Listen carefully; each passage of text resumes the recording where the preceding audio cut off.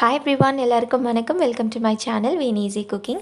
இன்றைக்கி நம்ம சேனலில் செய்ய போகிறது ரொம்ப ஹெல்தி அண்ட் டேஸ்டியான ஒரு பிரேக்ஃபாஸ்ட் ரெசிபி தான். இது வந்துட்டு நீங்கள் ஈவினிங் ஸ்நாக் மாதிரி கூட சர்வ் பண்ணலாம். இது கேரளாவில் ரொம்ப ஃபேமஸான ஒரு ரெசிபி, நெய்யப்பம். டேஸ்ட் கூட ரொம்ப அமேசிங்காக இருக்கும். கண்டிப்பாக வீட்டில் ட்ரை பண்ணுங்கள். ஏன்னா இதுக்கு ஜஸ்ட் ஒரு ஃபியூ இன்க்ரீடியன்ஸ் தான் தேவைப்படும். இப்போ இந்த ரெசிபி எப்படி செய்கிறதுன்னு பார்க்கலாம். இந்த ரெசிபி செய்கிறதுக்காக நான் ஒரு 250 கிராம்ஸ் அளவுக்கு ரைஸ் எடுத்திருக்கேன். உங்ககிட்ட எந்த ரைஸ் இருந்தாலும் நீங்கள் இதுக்கு யூஸ் பண்ணிக்கலாம். அண்ட் இது கூடவே ஒரு 1/4 கப் அளவுக்கு உளுத்தம் பருப்பு. இது ரெண்டுமே நல்லா வாஷ் பண்ணிவிட்டு ஒரு 2 ஹவர்ஸ்க்கு நம்ம ஊற வச்சு எடுத்துக்கலாம். பாருங்கள், உளுத்தம் பருப்பு அண்ட் அரிசி நான் ஒரு 2 ஹவர்ஸ் நல்லா ஊற வச்சுருக்கேன். உளுத்தம் பருப்பு வந்துட்டு இப்படி பெருசாகி ஸ்ப்ளிட் ஆக ஆரம்பிக்கும். இந்த அளவுக்கு ஊற வச்சுட்டு இதை வடிகட்டி இப்போ நம்ம ஒரு ஜாரில் சேர்த்துக்கலாம்.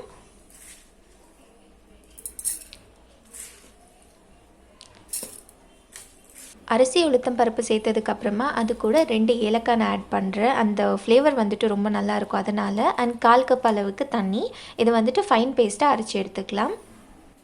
பாருங்கள், இந்த அளவுக்கு நல்லா நைஸாக நீங்கள் இந்த பேட்டர் அரைச்சி எடுத்துக்கணும்.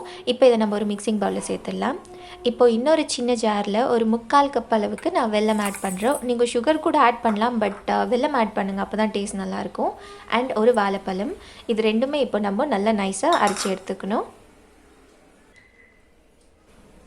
பாருங்கள், நான் இந்த அளவுக்கு நல்லா ஃபுல்லு நைஸாக அரைச்சி எடுத்திருக்கேன். அப்போ தான் உங்களுக்கு பேட்டரில் வெல்லம் வந்துட்டு கரையும். இந்த மாதிரி அரைச்சிட்டு அப்புறமா நம்ம பேட்டரில் சேர்த்துக்கலாம்.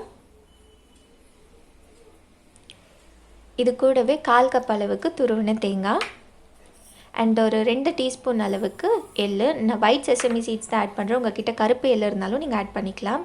பிஞ்ச் ஆஃப் சால்ட், ஸ்வீட்னஸ் நல்லா எடுத்து கொடுக்கும் அதனால்.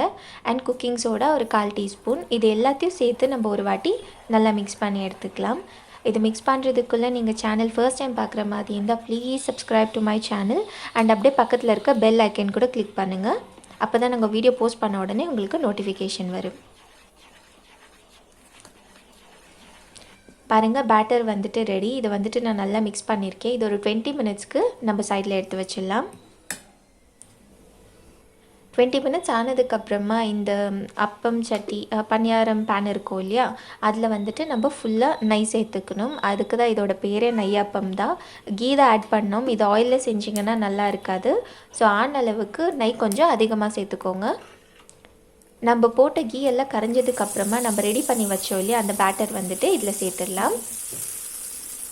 ஹீட் வந்துட்டு மீடியமில் வச்சுக்கோங்க. ஹை ஃப்ளேமில் வச்சிங்கன்னா தீஞ்சிடும் அண்ட் உள்ளே வந்துட்டு அந்த பேட்டர் ஃபுல்லாக வேகாது. இது இப்படியே ஒரு 1 மினிட் வேக விட்டுடலாம்.